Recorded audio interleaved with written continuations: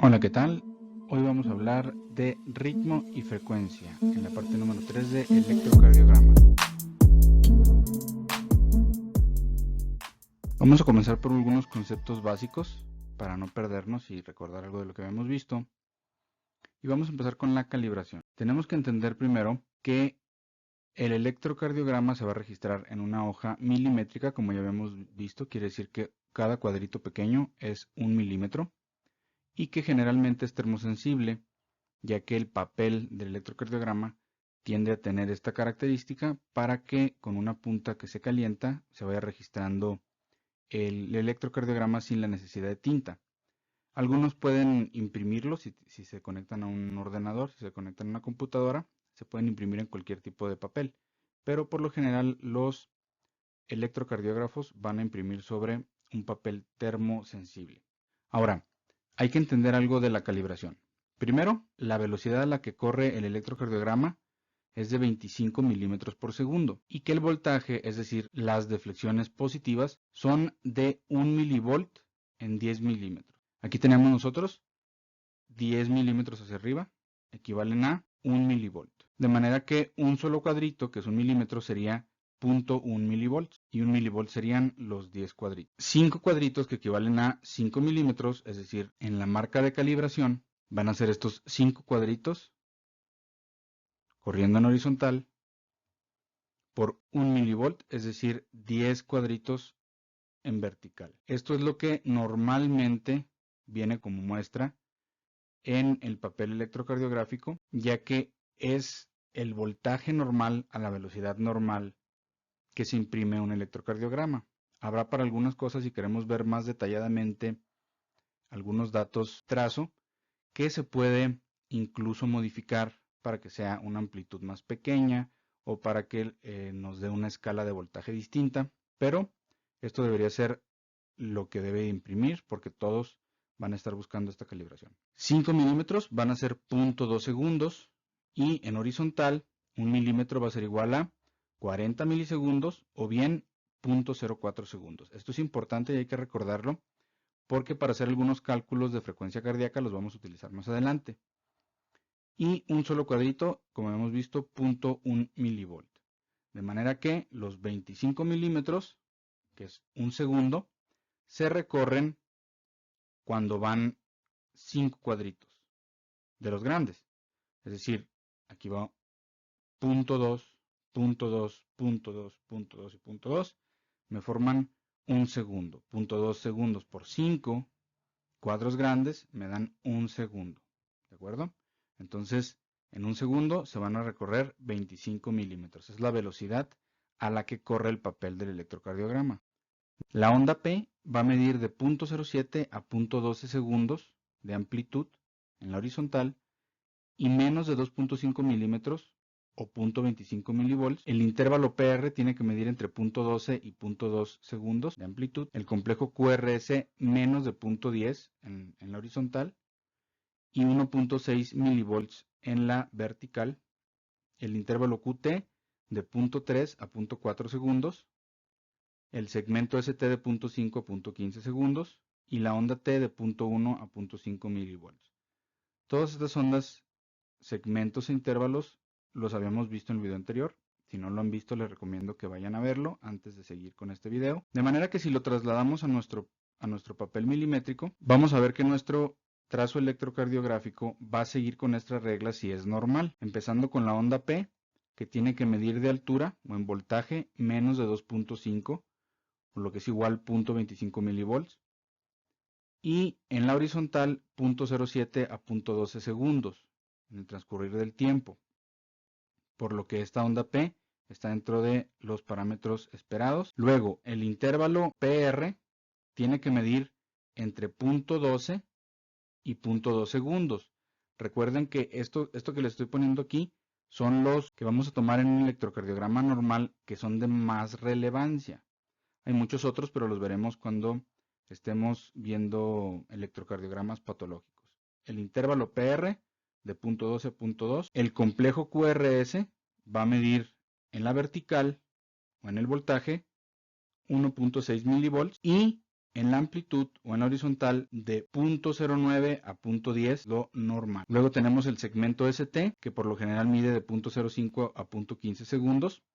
Aunque aquí, más que esto, vamos a valorar el punto J, a qué altura o a qué voltaje va a estar tomándose la inflexión del punto J, pero lo vamos a ver cuando veamos electrocardiograma patológico. Y luego tenemos el intervalo QT, que va a ir de 0.3 a 0.4 segundos, o de 30 a 40 milivolts, y que este además se va a tener que corregir, porque va a ser dependiente de la frecuencia cardíaca. Lo vamos a ver cuando veamos la medición del intervalo QT nada más, pero por lo general tiene que medir de 0.3 a 0.4 segundos. Y la onda T con un voltaje de 0.1 a 0.5 milivolts. Estas son las medidas que normalmente se van a tomar en cuenta al momento de interpretar un electrocardiograma para decir que está normal, de manera que estos no hay más que aprendérselos y aprendérselos.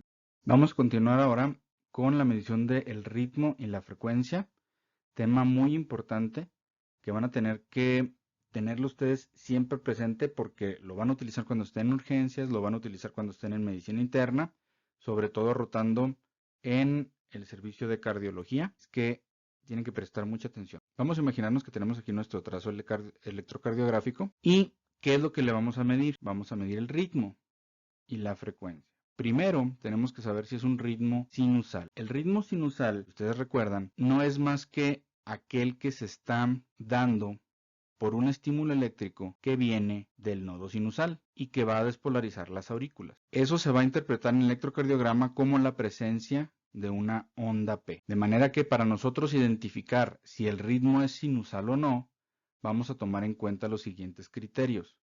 Primero, que haya una onda P en todas las derivaciones. En estos ejemplos nada más vamos a ver un solo trazo electrocardiográfico simulando que esté en D2, por ejemplo. Luego, que tenga una onda P antes de QRS, antecediendo cada QRS, como aquí, como aquí. Que los QRS estén después de la onda P. Después de la onda P. Aquí está una onda P y aquí está esta. Que la P esté positiva en D1, D2 y ABF. Esto es muy importante. P positiva en D1, D2 y ABF. Que la P sea negativa en ABR. Este punto de aquí y este, sobre todo este, que la P sea negativa en ABR, nos va a indicar no solo que tenemos un ritmo sinusal, porque tenemos que tomar en cuenta todas las derivaciones, sino que el electrocardiograma está bien tomado, ya que nosotros sabemos que en esa derivación en ABR tenemos que ver la P y el QRS negativos, de hecho hasta la onda T, porque va a ser este trazo espejeado. Entonces tenemos que ver la P negativa para saber que estamos ante un electrocardiograma que se tomó de una manera adecuada. Y por último la frecuencia, que sea de 60 a 100 latidos por minuto. Más bajo de 60 a 100 latidos por minuto, nosotros vamos a tener que utilizar otro criterio. Si es más baja de 60 a 100 latidos por minuto, tenemos que ver si se cumple que las ondas P estén presentes y en todas las derivaciones, ya que podemos tener un ritmo sinusal, pero con bradicardia, porque está más bajo de esto, o podemos estar ante un ritmo que no es sinusal, sino que es nodal. El ritmo nodal se va a caracterizar porque hay ausencia de la onda P, va a tener un QRS angosto y la frecuencia cardíaca va a ser de 40 a 60 latidos por minuto. Si el ritmo no lo está marcando el nodo sinusal, lo está marcando el nodo auriculoventricular, se le llama ritmo nodal y va a ir de 40 a 60 latidos por minuto. Va a bajar la frecuencia cardíaca en este tipo de ritmo. Y el otro tipo va a ser un ritmo hisiano, que va a estar a partir del haz de His. Este también va a contar con una ausencia de la onda P, un QRS angosto y la frecuencia cardíaca va a ser de 20 a 40 latidos por minuto. Realmente más abajo de 30 ya es prácticamente incompatible con la vida, pero ustedes deben de saber que ya en estos casos pues se tendrá que hacer uso de empleo de un marcapasos, pero así es como vamos nosotros a clasificar los ritmos. Para medir la frecuencia vamos a hacer lo siguiente. Bueno, aquí vamos a indicar primero que sí es un ritmo sinusal, porque tenemos la onda P. Para calcular la frecuencia cardíaca vamos a hacer lo siguiente. Nosotros ya sabemos que en 5 cuadritos de estos, en 5 cuadritos, tenemos 0.2 segundos. De manera que 5 cuadros grandes es un segundo. ¿Cuántos cuadros grandes serán 60 segundos? Que es lo que me hace un minuto, porque la frecuencia cardíaca la sacamos en minutos. Hacemos una regla de 3 y obtenemos el número 300. Quiere decir que 300 cuadros grandes es un minuto. Vamos a tomar la onda R. Hay algunos autores que te mencionan a partir de la deflexión de Q, porque ahí empieza la despolarización ventricular, pero es mucho más didáctico tomar la onda R. Entonces vamos a tomar la onda R y vamos a empezar a medir a partir de estos cuadritos. Los vamos a dividir. Imagínense ustedes que ya sabemos que 300 son 60 segundos. Entonces empezamos a dividir esos 300 entre un cuadrito, 300, 150, 100, 75, 60, 50, 42, etc. Entonces, si nosotros tomamos cada uno de esos cuadros grandes y los contamos de R a R, de onda R a onda R, vean lo que pasa. 300, 150, 100, 75, más o menos por aquí va a estar nuestra frecuencia. Otra manera de hacerlo es contar los cuadros pequeños. Yo sé que 1 milímetro es igual a 0.04 segundos. Entonces ahora, ¿cuántos milímetros hay para que me den los 60 segundos? Entonces hago una regla de 3, 60 por 1 entre 0.04 y me van a dar 1500. Quiere decir que en 300 cuadros grandes hay 1500 cuadros chiquitos. Ahora, lo que puedo hacer es, simple y sencillamente, dividir los 1500 entre el número de cuadros chiquitos. Aquí yo sé que son 5, son 10, son 15, son 20 cuadros chiquitos. Aquí más o menos cae en el 19. Puedo obtener la frecuencia cardíaca de esta manera. 1500 entre 19, que son los cuadros pequeños, son 78.9. Entonces vamos a poner en práctica lo aprendido. Va a ser muy sencillo. Aquí tenemos un trazo electrocardiográfico de 12 derivaciones, como ya lo vimos en los demás videos. Tenemos de 1, de 2, de 3, ABR, ABL, ABF y las precordiales. Y acá tenemos el dedos largos. Muy bien. Vamos a implementar lo que hemos aprendido entonces. Primero, ¿qué vamos a hacer? Vamos a ver qué tipo de ritmo es. ¿Tiene onda P aquí? Sí. ¿Tiene onda P en las demás? Aquí está la P, aquí veo la P, aquí veo la P, aquí veo la P, aquí veo una P. En todas las del plano frontal hay P y además está también P presente en las derivaciones, aquí están más chiquitas, pero también están, en las derivaciones precordiales o horizontales. Frontales, horizontales. Muy bien. Estamos ante un ritmo sinusal que se está originando en el nodo sinusal. Luego vamos a ver la frecuencia. Vamos a tomar esta onda R porque es la más cercana a uno del inicio de los cuadros grandes y empezamos a contar 300, 150 y 100. ¿Por qué? Porque es como si dividiéramos los 300 cuadritos que ya sabemos que son 60 segundos entre 1, 2 y 3. Entonces cae más o menos en el 100. Podemos nosotros intuir que es 100 latidos por minuto. Si tomamos otras R's, nos daríamos cuenta que es un poquito más grande de 3 cuadritos, ¿no? Entonces aquí ya andaríamos, si la que sigue es 75, 300, 150, 100, 75, entonces estaríamos como en un 80, 90 y tantos, entre 100 y 90. Hay otra manera de hacerlo. ¿Cómo es? Yo sé que 5 cuadros de estos es un segundo, pues entonces en 6 segundos va a ser más preciso. Cuento los R's que va a haber en esos 6, 1, 2, 3, 4, 5, 6, 7, 8, 9, 10 y los multiplico por 10 porque a mí me interesa que sean 60 segundos, no 6. Entonces esos 6 segundos los multiplico por 10 y me va a dar la frecuencia cardíaca en 60 segundos. Esa es otra manera de medir la frecuencia cardíaca. Y por último, tomo 1500 entre el número de cuadros pequeños de este y este. Yo sé que son aquí 5, 10, 15, entonces 1500 entre 15 es igual a 100. La frecuencia cardíaca es de 100. El ritmo sinusal, recuerden que era de 60 a 100 latidos por minuto, por lo cual seguimos tomando en cuenta que es un ritmo sinusal. Y estamos viendo también que antecede la onda P al QRS.